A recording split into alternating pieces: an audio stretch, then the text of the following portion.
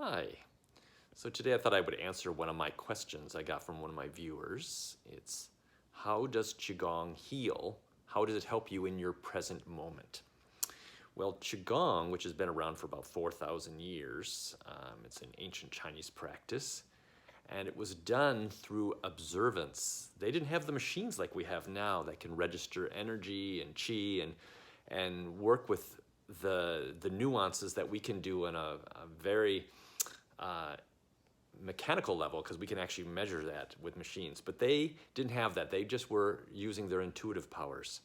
And they actually developed them to a point where they could actually create this area right in this forehead here. They would create this like a spotlight, and they would direct it inward. This is called the Neiwan Palace.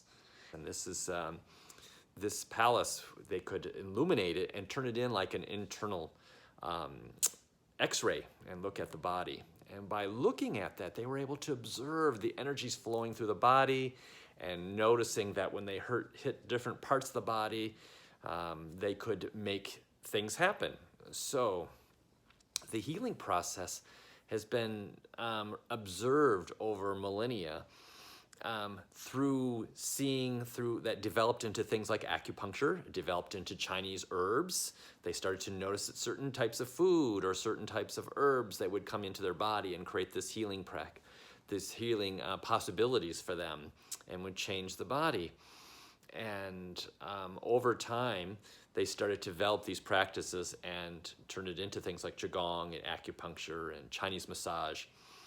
And all of these practices work in the process of, you work with, particularly with Qigong, you work with movement, you work with breath, and you work with your awareness.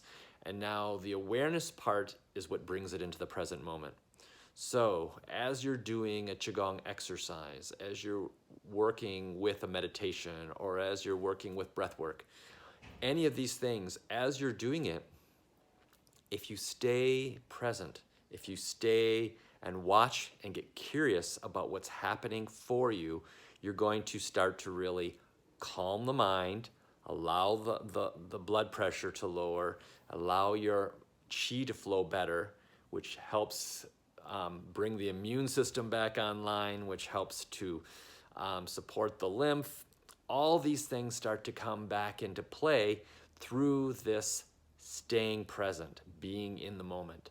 So as you continue to work with these practices, and I invite you to try them out, I have lots of them on my channel, you can begin to notice and bring in the healing that you're looking for. So the best trait you can bring in, if you really want to do Qigong in a way that's going to help you, is be curious.